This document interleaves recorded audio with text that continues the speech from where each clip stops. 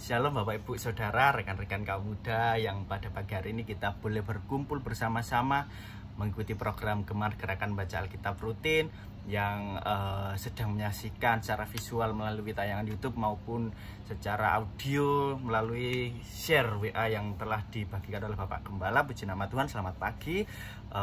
Sebelumnya izinkan saya di sini untuk boleh sharing tentang kebenaran firman Tuhan, tentang berkat Tuhan yang telah saya dapatkan ketika saya telah merenungkan firman Tuhan yang begitu luar biasa pada pagi hari ini, yaitu Bapak Ibu Saudara, kita akan belajar dari surat Rasul Paulus kepada Timotius, yaitu di 2 Timotius pasal yang kedua Bapak Ibu Saudara, di ayat yang pertama, yaitu kita bisa melihat bahwa perikopnya berbunyi panggilan untuk ikut menderita. Bapak Ibu Saudara, begitu luar biasa, panggilan untuk ikut menderita. Kita akan baca mulai dari ayat yang pertama sampai ayat yang ketiga terlebih dahulu Bapak Ibu Saudara. Sebab itu, hai anakku, jadilah kuat oleh kasih karunia dalam Kristus Yesus. Apa yang telah engkau dengar daripadaku di depan banyak saksi, percayakanlah itu kepada orang-orang yang dapat dipercayai, yang juga cakap mengajar orang lain. Ikutlah menderita sebagai seorang prajurit yang baik dari Kristus Yesus. Bapak Ibu Saudara, kita berhenti di ayat yang ketiga terlebih dahulu. Surat ini Bapak Ibu, ini ditulis oleh Rasul Paulus yang pada saat itu sedang dipenjara, dibelenggu Bapak Ibu Saudara, karena penginjilannya. Dalam perikopnya saja kita sudah bisa melihat panggilan untuk ikut menderita, begitu luar biasa. Seperti halnya Rasul Paulus ini, ia sampai menderita Bapak Ibu dikarenakan panggilannya, dikarenakan pelayanannya, penginjilannya Bapak Ibu Saudara. Nah, di dalam 2 Timotius 2 ini, ia menuliskan surat kepada pemuda yang bernama Timotius ini Bapak Ibu Saudara, yang sedang melanjutkan penginjilannya, pekerjaannya Rasul Paulus, yang saat itu mungkin Rasul Paulus tidak bisa mengerjakan secara langsung, tidak bisa memberitakan Injil secara langsung sebab ia sedang dipenjara. Tetapi ada seorang pemuda Timotius ini Bapak Ibu yang membantu melanjutkan pekerjaan Rasul Paulus yang begitu luar biasanya. Ia masih muda dan ia menginjil di banyak bangsa-bangsa Bapak Ibu Saudara. Tetapi kita akan berfokus kepada penginjilannya yang ada di Efesus. Ya, di dalam 2 Timotius 2 ini, surat ini adalah surat yang kedua yang dikirimkan oleh Rasul Paulus kepada Timotius, sebab pada saat itu Timotius sedang mengalami penderitaan, benar-benar sedang mengalami penderitaan. Dicatat bahwa ia mendapatkan hambatan, ia menghadapi kesukaran dan bahkan oposisi atau perlawanan-perlawanan dalam melaksanakan penginjilannya di Efesus ini Bapak Ibu. Oleh karena itu, surat yang kedua ini, 2 Timotius ini, ditulis oleh Rasul Paulus yang saat itu tidak bisa menemani pelayanannya Timotius yang sedang saat itu Rasul Paulus sedang dipenjara. Ia menuliskan surat kepada Timotius ini untuk apa Bapak Ibu Saudara? Yaitu supaya Paulus ini berpesan agar Timotius jangan mudah menyerah Bapak Ibu Saudara, dan supaya Timotius ini dapat melaksanakan penginjilannya dengan lebih baik, lebih fokus, dan tidak gampang untuk menyerah Bapak Ibu Saudara. Bapak Ibu Saudara, rekan-rekan kaum muda bisa melihat tayangan channel YouTube ini dengan fokus, bisa melihat saya dengan jelas karena Bapak Ibu Saudara, di sini sebuah kamera yang merekam saya ini sudah disetting untuk bisa fokus kepada saya, sehingga Bapak Ibu Saudara bisa melihat dengan baik dan dengan jelas Bapak Ibu Saudara. Itu adalah salah satu pentingnya fokus di dalam kehidupan kita sehari-hari Bapak Ibu Saudara, bahkan dalam kehidupan pelayanan kita, gitu luar biasa. Ketika itu ia menghadapi, si Timotius ini menghadapi jemaat-jemaat yang mungkin pada saat itu bisa dikatakan sesat Bapak Ibu Saudara. Mereka melaksanakan atau melakukan pengajaran-pengajaran yang tidak sesuai dengan pengajaran Tuhan, yang tidak sesuai dengan Injil Bapak Ibu Saudara, sehingga si Timotius ini harus menasehati mereka. Seiring berjalannya waktu, ia tetap menasehati sehingga Bapak Ibu Saudara diharapkan jemaat-jemaat ini kembali bertobat. Namun apa yang terjadi? Memang benar ada yang bertobat, namun tidak semua bertobat Bapak Ibu Saudara, sehingga Timotius ini Bapak Ibu bisa saja kehilangan semangatnya dan kehilangan fokusnya. Tetapi surat ini menyatakan kepada Timotius bahwa jangan gampang menyerah, Bapak Ibu. Kita harus tetap fokus ya. Harus tetap fokus kepada tujuan kita penginjilan. Kalau memang misalkan di dalam jemaat-jemaat atau permasalahan-permasalahan yang ia hadapi saat memberitakan Injil dan menasehati itu, mungkin ada yang tetap tidak mau berubah, tidak mau bertobat. Bapak Ibu Saudara harus tetap fokus, tetap mencari siapapun yang bisa dinasehati, Yang tidak bisa dinasehati tetap cengkal, Bapak Ibu Saudara, tetap fokus kepada tujuannya, yaitu menasehati. Jangan kita mencari-cari, jangan kita malah mengikuti mereka, melakukan semuanya itu dengan amarah, dengan kekerasan hati dan sebagainya, yang itu tidak akan membuat pelayanan kita menjadi lebih baik, malah akan membuat pelayanan kita menjadi kurang baik, Bapak Ibu, dan bahkan bisa menjadi sesuatu yang tidak baik bagi kehidupan kita, pelayanan kita, Bapak Ibu Saudara. Oleh karena itu kita harus tetap fokus kepada tujuan kita, yaitu melayani, menasehati, Bapak Ibu Saudara. Terlebih memberikan contoh melalui kehidupan kita.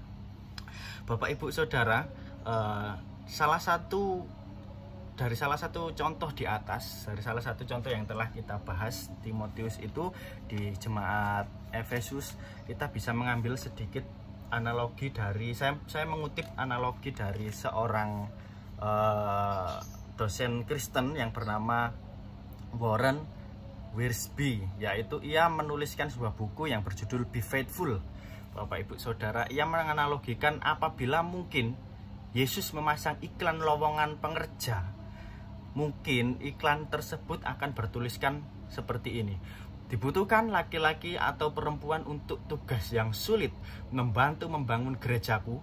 Engkau akan sering salah dimengerti, bahkan juga oleh mereka yang bekerja bersama-sama dengan engkau. Engkau akan senantiasa mendapat serangan dari yang tidak kelihatan, dan kau mungkin tidak akan melihat hasil dari pekerjaanmu. Bahkan engkau harus membayar harga dengan keluargamu, ambisimu, mimpi-mimpimu, bahkan seluruh hidupmu, Bapak Ibu Saudara. Begitu luar biasa. Jika ada lowongan, dalam tanda kutip ya Bapak Ibu Saudara, lowongan seperti ini, maka saya yakin, saya percaya bahwa tidak banyak orang yang akan tertarik untuk ikut mengambil pekerjaan ini, dalam tanda kutip. Tidak akan banyak orang yang mengambil, Bapak Ibu Saudara. Tetapi luar biasanya Timotius ini, ia mengambil pekerjaan ini. Ia pemuda yang berani mengambil pekerjaan itu, menginjil dan memberitakan ke seluruh bangsa-bangsa di saat Paulus sedang dipenjara.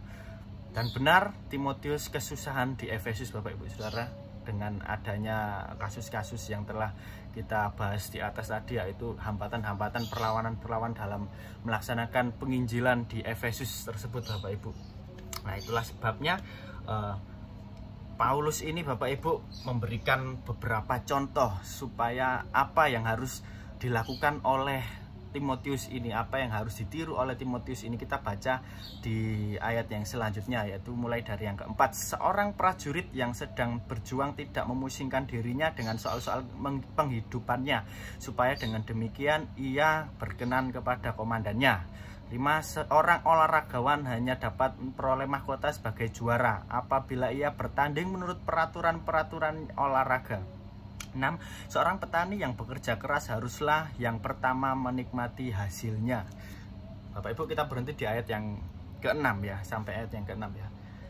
Di sini Rasul Paulus memberikan 3 contoh yang harus diteladani kepada Timotius, yaitu adalah seorang prajurit, Bapak Ibu. Prajurit itu harus selalu siap siaga, patuh kepada komandannya, berperang melawan musuh itu kapanpun, Bapak Ibu, kapanpun selalu siap siaga, selalu bersedia untuk berperang, Bapak Ibu Saudara. Kita harus memiliki sifat yang seperti itu, sikap yang selalu siap sedia untuk melakukan pelayanan, selalu melayani dengan siap siaga dan patuh kepada komandan kita, Tuhan Yesus Kristus, Bapak Ibu Saudara. Lalu olahragawan atau atlet yaitu harus tekun dan taat kepada peraturan, Bapak Ibu.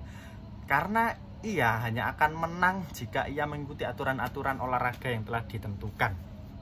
Meskipun ia menang, tapi jika ia tidak mengikuti peraturan-peraturan, maka dia akan didiskualifikasi dan tidak jadi dinyatakan menang dan tidak akan menjadi pemenang, Bapak Ibu Saudara. Lalu yang ketiga adalah seorang petani yang bekerja keras yang akan menerima hasil, bukan petani yang bermalas-malasan. Jika petani tidak mau menggarap ladang atau sawahnya di musim dingin, maka ia juga tidak akan mendapatkan hasil di saat musim panen, Bapak Ibu Saudara. Seperti itu ya contohnya.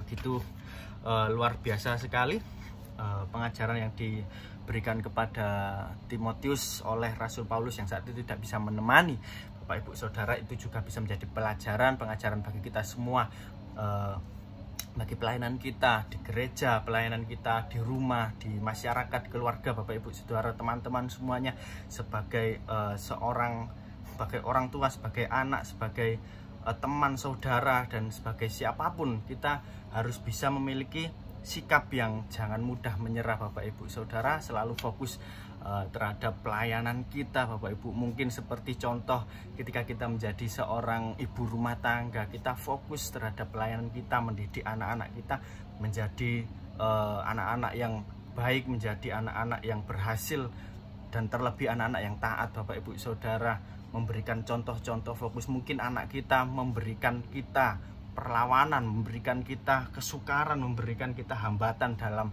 kita sebagai ibu rumah tangga menjalankan pelayanan kita, tetapi kita harus tetap fokus mendidik anak-anak kita, bahkan hingga menjadikan keluarga kita menjadi keluarga yang baik, Bapak Ibu Saudara. Menjadi seorang kepala rumah tangga juga begitu, juga demikian, Bapak Ibu Saudara, harus tetap fokus mendidik istri dan anak-anaknya menjadi supaya membangun keluarga yang begitu baik dan taat dan bisa memuliakan nama Tuhan. Menjadi seorang anak juga begitu, Bapak Ibu Saudara. Mungkin banyak sekali hambatan-hambatan yang anak rasakan, tetapi kita harus tetap fokus berbakti kepada orang tua. Kita harus fokus pelayanan kita di rumah, di gereja, dan di sebagainya, Bapak Ibu Saudara. Menjadi memiliki sifat-sifat yang telah dicontohkan oleh Rasul Paulus kepada Timotius, menjadi seorang prajurit, menjadi seorang olahragawan, dan menjadi seorang petani yang selalu siap siaga, selalu tekun pada peraturan-peraturan, dan juga yang selalu bekerja keras hingga mendapatkan hasilnya, Bapak Ibu Saudara. Begitu luar biasa kiranya renungan pada pagi hari ini yang kita baca melalui kitab yang ditulis oleh Rasul Paulus kepada Timotius, kiranya bisa menjadi contoh dan teladan bagi kita dalam menjalankan aktivitas kita, menjalankan pelayanan kita di dunia ini, Bapak Ibu. Mungkin hambatan yang kita dapatkan tidak seperti Timotius dan Rasul Paulus pada saat itu, pada zaman itu, Bapak Ibu, tetapi saya yakin percaya setiap kita memiliki hambatan dan kesukaran masing-masing. Oleh karena itu kita harus tetap siaga melalui firman-firman Tuhan yang telah disampaikan, melalui benar firman Tuhan yang ada di Alkitab ini, bisa menjadi teladan dan menjadi penyemangat dalam kehidupan kita sehari-hari. Terima kasih. Kita akan mengakhiri program Gemar kita pada pagi hari ini. Kita berdoa.